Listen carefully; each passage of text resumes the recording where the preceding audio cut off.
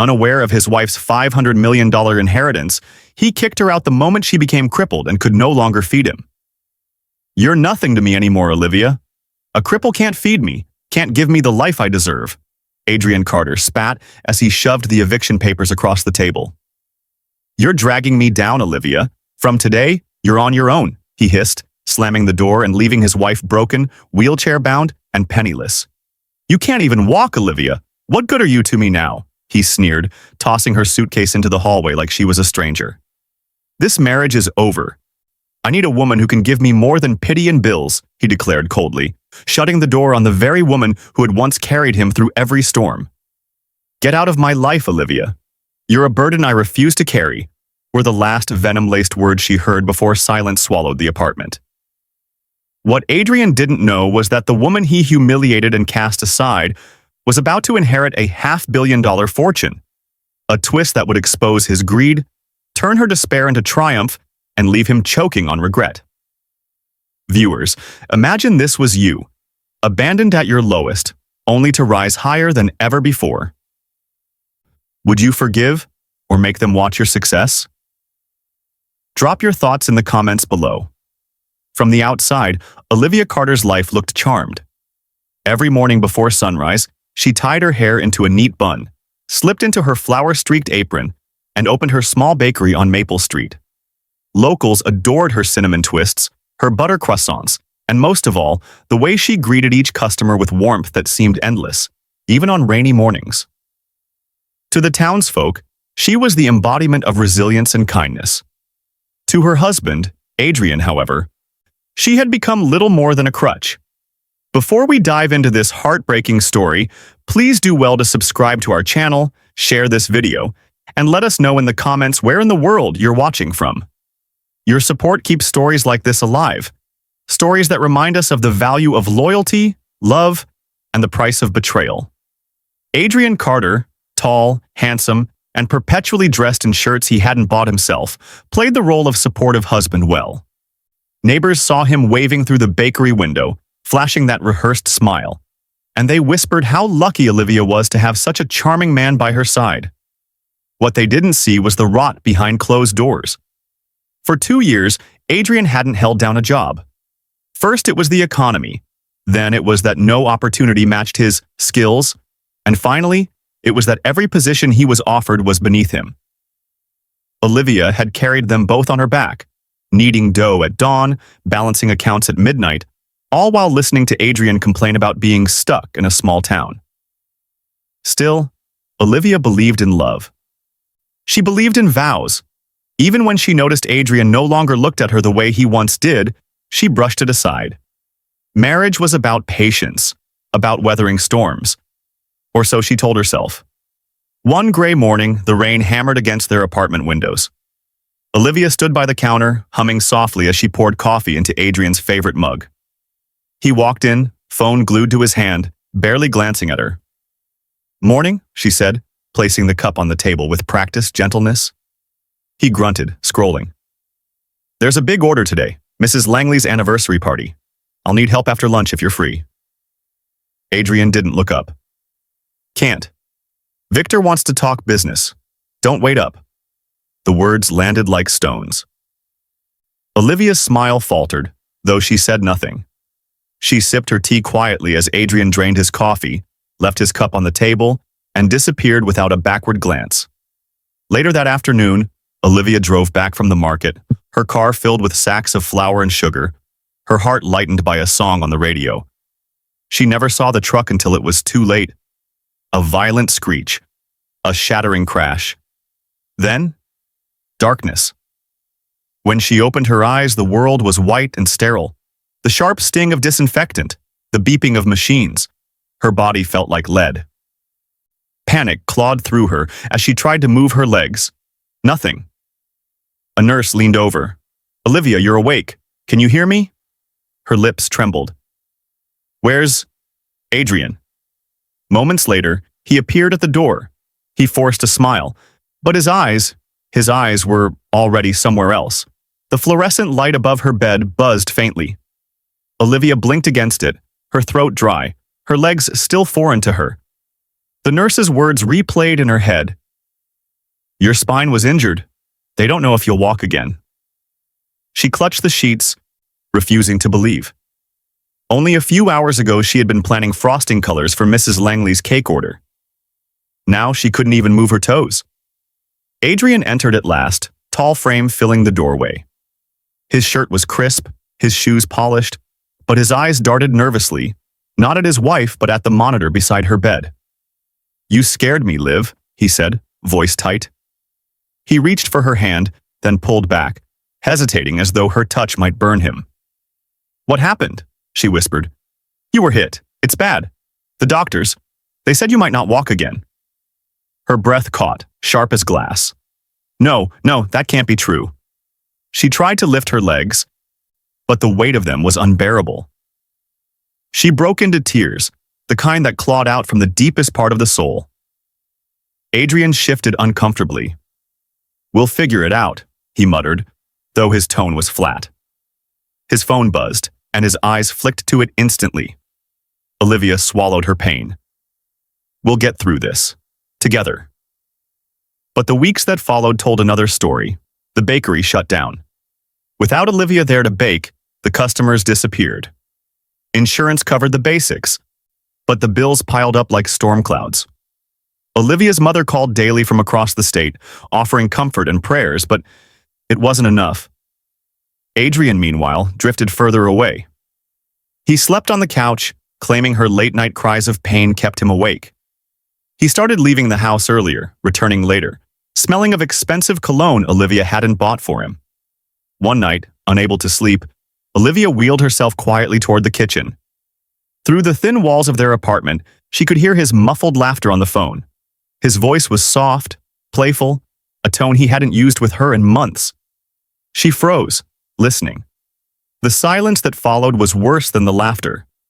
The next morning, she tried to reach him. "Adrien, I need you," she whispered, as he adjusted his tie. He sighed, exasperated. "It's hard for me too, Olivia. You think you're the only one suffering?" Tears welled in her eyes. I need you to be here. I can't do this alone." He grabbed his keys and muttered, "Maybe you should stop making everything about you." Then he slammed the door behind him. That slam reverberated inside her chest, longer than any doctor's diagnosis. For the first time, Olivia realized the accident hadn't just stolen her legs. It was stealing her husband, too. She whispered into the empty apartment, "God, don't let me lose everything." But deep down, she feared she already had. The days at the hospital blurred into weeks of therapy sessions and endless paperwork. Olivia tried to keep her spirit alive, but each passing day without Adrien by her side deepened the wound more than her injured spine ever could. He visited less. When he did appear, he stayed glued to his phone, pacing by the window, talking in hushed tones. The doctors spoke gently to Olivia about adapting to her new life in a wheelchair. Adrien, meanwhile, seemed impatient, always cutting their conversations short. One afternoon, as rain streaked the window pane, Olivia's best friend, Grace Miller, walked into the hospital room carrying a basket of groceries and flowers. Grace had been Olivia's confidant since high school, blunt, fierce, and loyal to a fault. "You look pale," Grace said, leaning down to hug her. "Are you even eating?" Olivia forced a smile. "Trying to. Adrian's been busy." Grace's eyes flicked to Adrien, who was leaning against the wall, scrolling through his phone without lifting his head. Grace's lips tightened.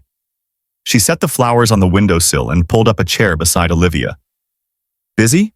Grace asked softly. "Or absent?" Olivia's eyes welled. She hated admitting the truth, but she nodded. Grace took her hand. Squeezing gently, "You're stronger than this. You've built a life from scratch before, Liv. Don't let anyone make you believe you're helpless now." The words should have comforted her, but Olivia's gaze drifted back to Adrien. She wanted him to fight for her, to prove Grace wrong. Instead, he slipped his phone into his pocket, muttered something about needing to step out, and left without a kiss or a backward glance. Grace's jaw clenched.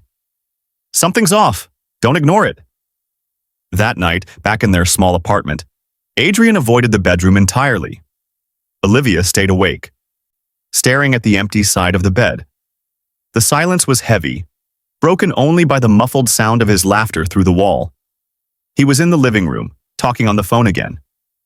Her stomach churned.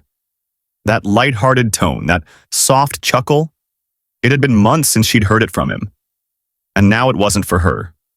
The next morning, she gathered the courage to ask, "Adrian, who were you talking to last night?" He froze, then shrugged. "Business." "Business at midnight?" she pressed. He shot her a cold glance. "Don't start, Olivia. You have enough to worry about." Her heart cracked. He didn't even try to hide his irritation anymore. Later that week, Grace visited again and found Olivia sitting by the window, tears streaking her face. Grace didn't ask questions.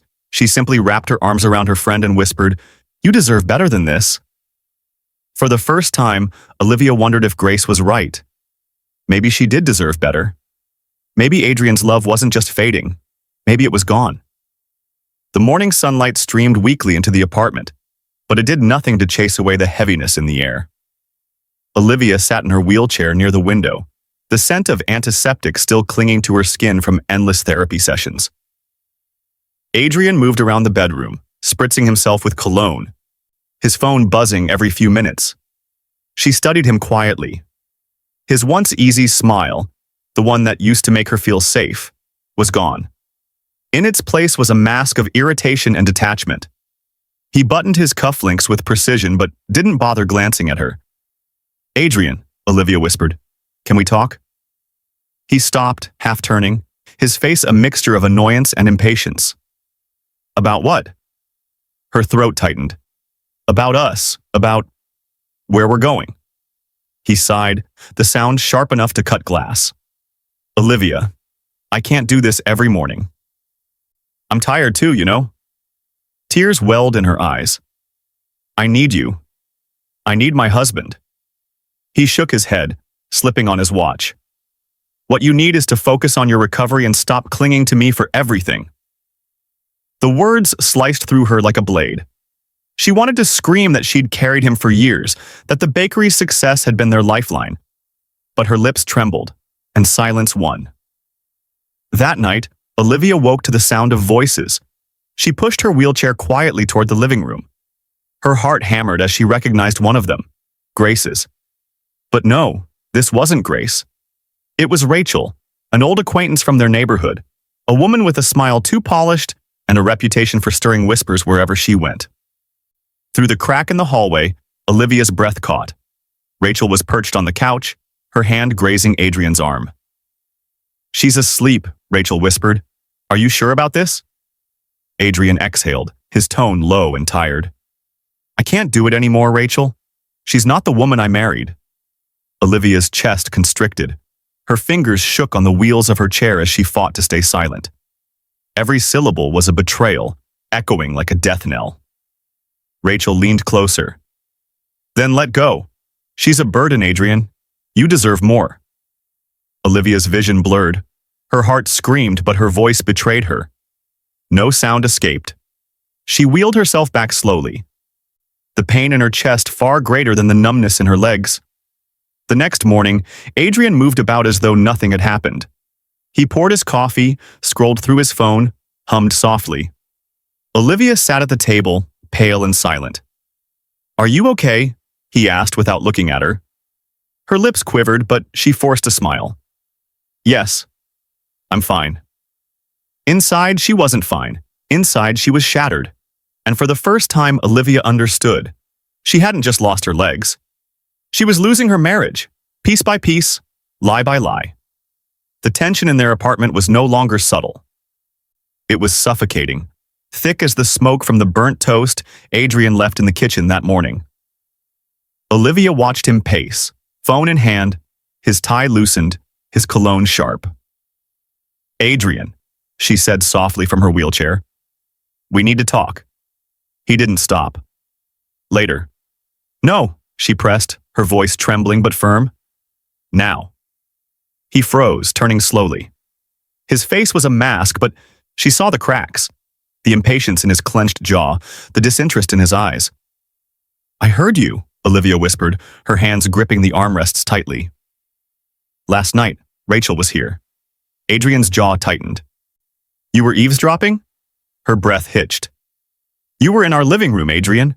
You were talking about me, like I was some burden you couldn't wait to discard. For a heartbeat, guilt flickered across his face. Then it hardened into ice. What did you expect, Olivia? That I'd carry this weight forever? You're not the woman I married. You can't even... He stopped, but the damage was done. Tears stung her eyes. Can't even what? Walk? Bake 12 hours a day so you can sit around pretending to be important? His face twisted with anger. Don't you dare turn this on me. Do you think it's easy watching my life shrink because of you? People pity me, Olivia. Pity. The words struck harder than the accident ever had. She wheeled herself back slightly, as if trying to escape the venom dripping from his tongue. I needed you, she whispered. When I was lying in that hospital bed, I believed we were in this together. That's what marriage means. Adrien looked away, his chest heaving. Maybe marriage isn't enough anymore. The silence that followed was deafening. Olivia felt the walls of their tiny apartment close in on her, the air heavy with finality. That evening, Grace stopped by with groceries again. She found Olivia sitting motionless near the window, eyes red, lips trembling. What happened? Grace asked, dropping the bags and rushing to her side. Olivia shook her head, unable to form words. Did he hurt you? Grace pressed, her voice sharp. Not with his hands, Olivia whispered, but with his words, with his eyes. Grace clenched her fists. He doesn't deserve you, Liv. Not then, not now, not ever. He's showing you who he really is. Believe him. Olivia buried her face in her hands, sobbing quietly. Grace sat beside her, wrapping an arm around her shoulders. You are not alone, Grace murmured. He may not see your worth, but I do. Everyone who truly loves you does. Olivia clung to her friend's words like a lifeline, but in the back of her mind, Adrian's voice still echoed. You're not the woman I married. And for the first time, she wondered if he was already planning his exit. The days dragged by, each one colder than the last. Olivia tried to cling to the remnants of her marriage, but Adrien was slipping further away with every passing hour. His absences grew longer, his excuses thinner. The distance between them was no longer emotional alone. It was physical, deliberate, final. One Friday evening, Olivia sat at the small kitchen table, bills spread across the surface like battlefield casualties. Rent overdue, medical expenses unpaid. She bit her lip until it bled, staring at the numbers that mocked her. The sound of keys rattling broke her trance. Adrien walked in, smelling of whiskey and the faint trace of a woman's perfume Olivia didn't own. His shirt collar was wrinkled, his eyes bloodshot but defiant. Where have you been? She asked quietly. He tossed his jacket onto the chair. Out. Her voice wavered. With Rachel? Adrian's jaw flexed, but he didn't deny it. Instead, he crossed the room and grabbed a glass of water. You need to stop this, Olivia. You're making yourself sick with all these suspicions. She pushed the bills toward him. We're drowning, Adrien. The bakery is gone, I can't work, and you won't. We're about to lose everything, don't you care? He slammed the glass onto the counter, water sloshing over the edge. Don't you dare put this on me. I didn't tell you to get in that car. I didn't tell you to become... He stopped, but the word hung in the air like poison. Crippled. Olivia recoiled, her chest tightening with pain. Say it, she whispered. You think I'm useless now, don't you? Adrian's silence was the loudest answer of all. Her tears blurred the bills. I gave you everything. I worked while you searched for excuses. I carried this family when you wouldn't. And now, her voice cracked. Now you look at me like I'm a burden. He rubbed his temples as if her words were an inconvenience. I can't do this anymore. I need a life, Olivia. A real one. Her world tilted. What are you saying? He grabbed his jacket again, avoiding her eyes. I'm leaving. It's better for both of us. She froze. Adrien, please. But he didn't turn back. He opened the door, muttered, You'll figure it out, and walked away. The slam of the door reverberated through the apartment, louder than thunder, final as a coffin lid. Olivia sat in silence, the ticking clock mocking her. The apartment, once filled with the smell of cinnamon rolls and laughter, now felt like a tomb. Hours later, Grace found her collapsed near the window, trembling. She rushed to her side. "Oh, Liv!" Through ragged breaths, Olivia whispered. "He's gone. He left me." Grace held her tightly. "Then let him go. He doesn't deserve to come back." But as Olivia sobbed into her friend's arms, the truth settled like ice in her veins. Adrian hadn't just left the apartment. He had abandoned their vows, their history, and the woman who once believed love could endure anything. The apartment felt cavernous without Adrian's presence, though he had already been absent long before he walked out for good. Olivia rolled her wheelchair through the silent rooms, staring at the empty space on the couch where he once sprawled, the jacket no longer hanging by the door, the toothbrush he had taken with him. His absence was louder than his presence had ever been. Days blurred into one another. Olivia struggled to manage even the basics. Grace visited as often as she could, bringing groceries, cooking simple meals, reminding Olivia she wasn't alone. But when the evenings came and the shadows crept across the walls, the weight of solitude crushed her. The bills mounted higher. One afternoon, a knock startled her.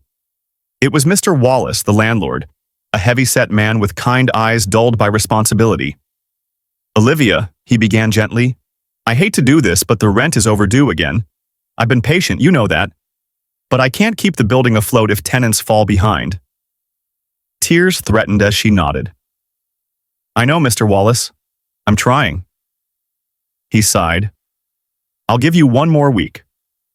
After that, I'll have to find another tenant." When he left, Olivia wheeled herself back to the kitchen table, staring at the stack of unopened envelopes. Medical bills, collection notices, the bakery's official closure letter. She crumpled one in her hand, rage and despair mixing in equal measure. That evening, Grace stopped by with soup. She found Olivia staring at the ceiling, eyes glazed with exhaustion. "You can't give up," Grace whispered, sitting beside her. "I have nothing left," Olivia murmured. "He's gone. The bakery is gone. Even my legs." Her voice cracked. "What's left of me, Grace?" Grace grasped her hand firmly. "Hope. And me. That's what's left. You're still Olivia, the woman who built something from nothing. Don't let Adrien or this accident take that from you." Olivia wanted to believe her, but the words felt hollow in the pit of her chest. The next morning, she shuffled through the day's mail without caring. Then, one envelope caught her attention. Thick, ivory paper. A seal from a law firm she didn't recognize. Harrington and Brooks Associates. Her fingers trembled as she opened it. The words blurred at first, then sharpened. "Dear Ms. Carter, we regret to inform you of the passing of your uncle, William Harrington. As per his last will, you are named a beneficiary. Please contact our office at your earliest convenience." Olivia froze. Uncle William? She barely remembered him. A distant figure from childhood visits, a man her parents rarely spoke of. She pressed the letter to her chest, torn between disbelief and numb curiosity. The landlord's warning echoed in her mind. The mounting bills screamed for attention. And for the first time in months, Olivia felt a flicker of something she thought she had lost forever. Possibility. She whispered to herself, almost afraid to hope, what if this changes everything? The letter sat on the table all night, daring Olivia to believe in miracles. She barely slept, her mind torn between suspicion and fragile hope. By dawn, she wheeled herself to the phone, the letter clutched in her trembling hand. "Harrington and Brooks, good morning," a woman's polished voice answered. "This is Olivia Carter," she said, her voice unsteady. "I received a letter about my uncle, William Harrington." The woman's tone immediately warmed. "Ah, Mrs. Carter, yes, we've been trying to reach you. Your uncle named you in his will. Would you be able to come into our office this week?" Olivia hesitated. "I'm in a wheelchair. Travel is difficult." "That's no problem," the woman replied kindly. We can arrange for transportation. Mr. Brooks himself would like to meet you. 2 days later, a sleek black sedan pulled up in front of her worn apartment building. Grace insisted on accompanying her, refusing to let Olivia face the unknown alone. As they drove through the city, Olivia stared at the passing skyscrapers, her heart pounding. The law firm's office was pristine. Marble floors, leather chairs, walls lined with books that smelled of history and power. An assistant wheeled Olivia into a private room. Moments later, a distinguished man with silver hair and kind eyes entered, carrying a thick folder. "Mrs. Carter," he said warmly, extending a hand. "I'm Charles Brooks. Thank you for coming." Olivia's palms were damp. I barely knew my uncle.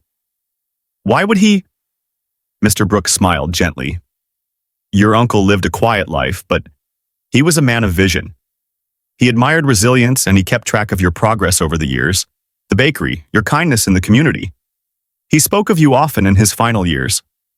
Olivia's eyes widened. "He did?" Mr. Brooks opened the folder. "I won't keep you in suspense. Your uncle left you as his sole beneficiary.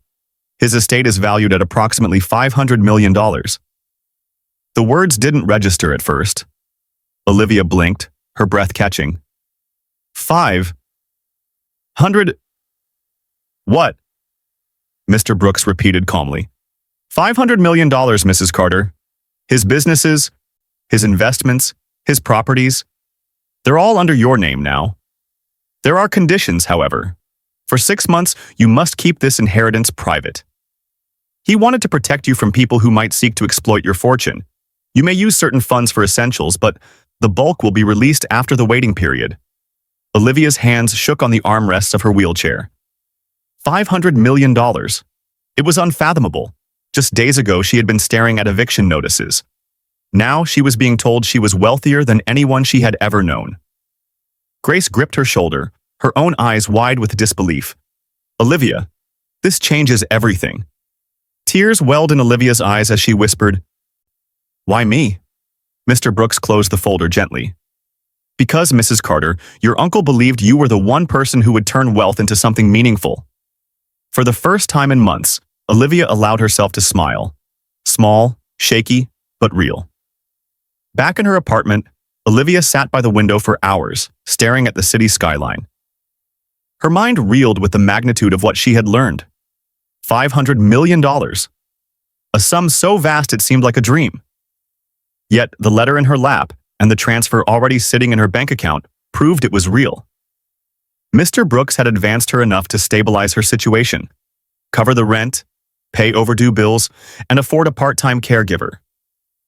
For the first time in months, she breathed without the weight of fear crushing her chest.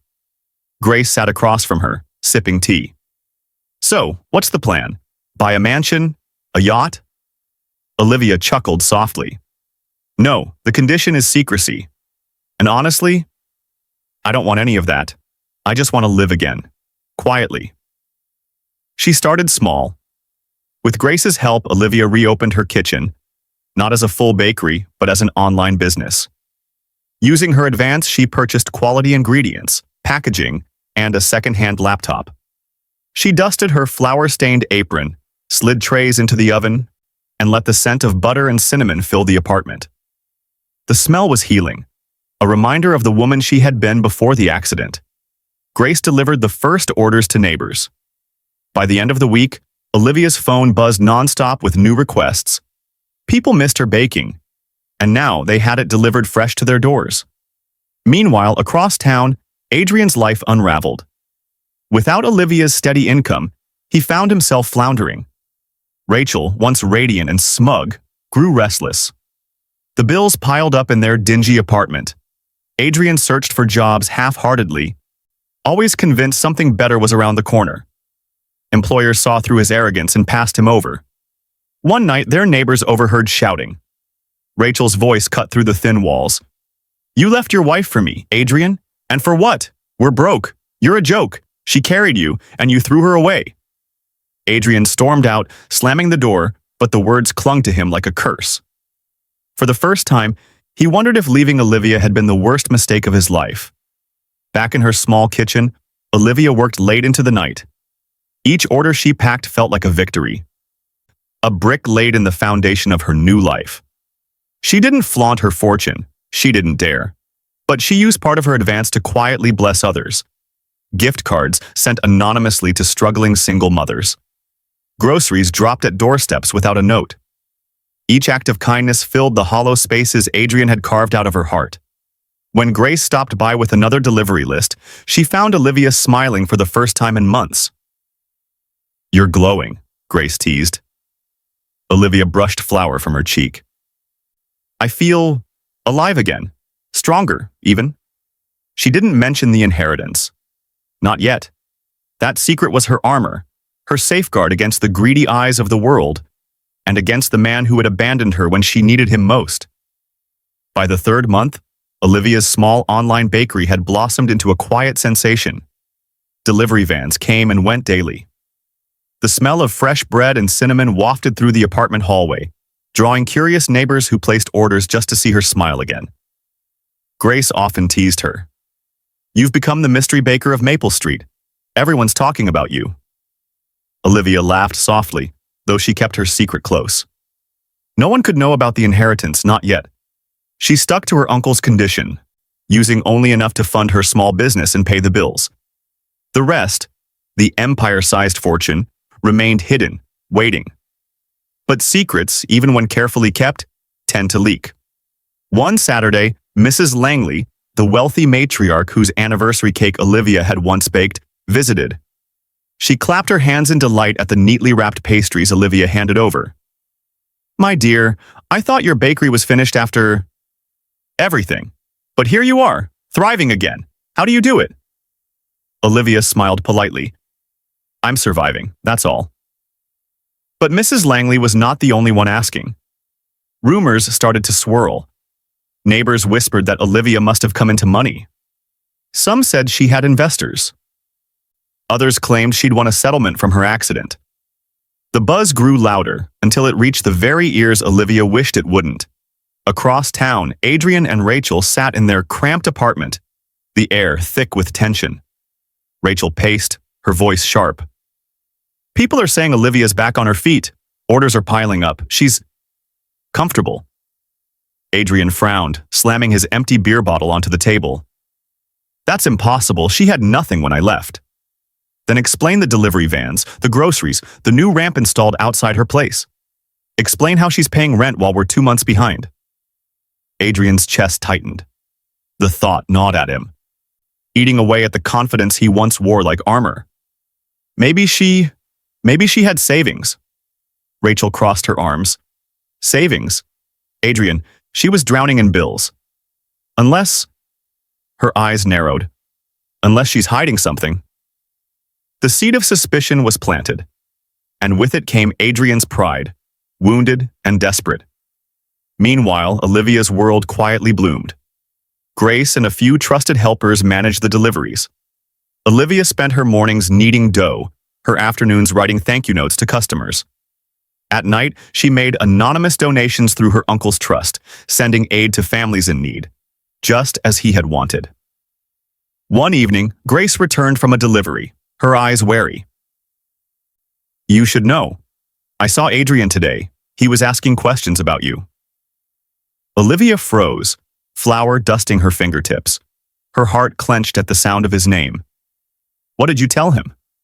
Grace shook her head firmly. "Nothing. It's none of his business, but... Liv, he looks desperate." Olivia swallowed hard. The ghost of Adrian's betrayal still haunted her, but now she sensed something else. He was circling back, and she knew in her bones it wasn't because of love. It started with a message. "Hey, Liv, it's Adrian. Can we talk?" Olivia stared at the glowing screen, her pulse quickening. She hadn't heard from him in months, not since the night he slammed the door and left her to crumble alone. She almost deleted the message, but another came seconds later. "I made mistakes. I want to see you. Please." Her hand trembled as she locked the phone. She didn't reply. 2 days later, there was a knock at her door. Grace was out on deliveries, and Olivia wheeled herself toward the sound with caution. When she opened it, her breath caught. Adrian stood there, Thinner than she remembered, his once polished charm dulled. His eyes darted nervously, but he forced a smile. Beside him, Rachel clutched a handbag tightly, her face painted with false sweetness. "Olivia," Adrian began, his voice low. "You look good. Better." She gripped the doorframe. "What do you want?" Rachel spoke quickly, her tone syrupy. "We came to apologize. We were wrong. Adrian. He regrets everything. We both do." Olivia's stomach churned. She remembered Rachel's voice in her living room, whispering, "She's not the woman you married." "I don't need your apologies," Olivia said coldly. "You left me when I needed you most. Both of you." Adrian stepped closer, desperation flickering in his eyes. "Liv, please. I know I failed you, but I've been hearing things. You're doing well. Better than ever. How? I just want to understand." Olivia's chest tightened. She heard the greed beneath his words, the hunger for something he felt slipping out of his grasp. Rachel forced a laugh. "Don't be so harsh, Olivia. We're family. Surely you can forgive and maybe help us out a little? We've fallen on hard times." The audacity made Olivia's blood run hot. She straightened in her chair, her voice sharp. "Family? You slept with my husband. You stood by as he abandoned me. That isn't family." Adrian's mask cracked. His jaw clenched and his eyes hardened. "You're hiding something. Don't pretend you're not. Delivery vans, new furniture, that ramp outside your building? Where's the money coming from? Who's helping you?" Olivia's heart raced, but she kept her face calm. "My life is none of your concern." Rachel's voice wavered, no longer sweet. "Please, Olivia, we're desperate. Just a loan. Anything." Olivia looked at them, the man who had once vowed to love her, the woman who had stolen his affection, and she felt nothing but steel. "I owe you nothing. Not a cent. Leave." Adrian's face twisted with fury. "You'll regret this. Don't forget, Liv. You wouldn't survive a day without people like me." Her voice was steady, colder than he had ever heard it. "You're wrong, Adrian. I already have." She shut the door in their faces, her hands trembling, not with fear, but with power. Behind the door, Adrian's muffled curse and Rachel's sharp whisper faded down the hall. Olivia leaned back, exhaling. For the first time, she realized she wasn't the weak one anymore. 6 months passed slowly, each day a test of patience and secrecy. Olivia kept her uncle's condition faithfully. No one outside the law firm knew of her fortune. She lived modestly, building her online bakery into a thriving enterprise, helping families anonymously, and finding strength she never knew she had. Then, on a bright spring morning, a thick envelope arrived from Harrington and Brooks. Inside was the final document. The inheritance was fully hers now. No more restrictions, no more waiting. $500 million. In her name, her hands, her future. Olivia sat at her small kitchen table, staring at the number on the page. Tears welled in her eyes. The weight of despair she had carried for months lifted, replaced by a quiet, powerful certainty. Her life was no longer defined by loss. Grace burst through the door minutes later, groceries in her arms. Olivia held up the letter with trembling fingers. "It's official," she whispered, smiling through tears. "It's all mine." Grace dropped the bags, hugged her tightly, and laughed through her own tears. "Olivia Carter, the billionaire baker. I knew you'd rise again." Plans formed quickly. Olivia purchased a sunlit corner building downtown. Bigger, brighter, accessible to everyone. She hired staff, many of them single parents, people with disabilities, and those society had overlooked. She reopened the bakery with a ribbon cutting that drew the press, the community, and even strangers who had heard whispers of her resilience. On opening day, the smell of cinnamon and vanilla wafted into the street. Customers flooded in, children laughed at the frosting counter, and Olivia stood proudly by the window in her wheelchair, stronger than she had ever been. That afternoon, Adrian and Rachel appeared. They looked gaunt. Clothes wrinkled, eyes hollow. The crowd parted slightly as they approached Olivia, desperation dripping from their every step. "Olivia," Adrian said, forcing a smile. You've done well. We just wanted to talk. Rachel's voice cracked. Please, we've lost everything. Help us, just a little. Olivia held their gaze, her expression calm, almost pitying. When I was drowning, you both watched me sink. Now you come asking me to save you? Adrian's mask slipped, his voice rising. You're nothing without that money, weak, helpless. You'll always be... She raised a hand, silencing him. No, Adrien. I was never weak. You just never saw my strength. Security escorted them out, their protests fading into the noise of the street. The crowd murmured, some shaking their heads, others whispering about karma. Later that evening, as the bakery hummed with joy, Grace sat beside Olivia, clinking coffee cups. You handled that with grace, she said softly. Olivia smiled, her eyes glistening. I don't want bitterness to define me. My past is gone. My future, it's here. She looked around at the bustling bakery, the families she was helping, the foundation she was building in her uncle's name. Her scars remained, but they were no longer chains. They were proof of survival. And as laughter echoed through her new beginning, Olivia whispered to herself, this is just the start.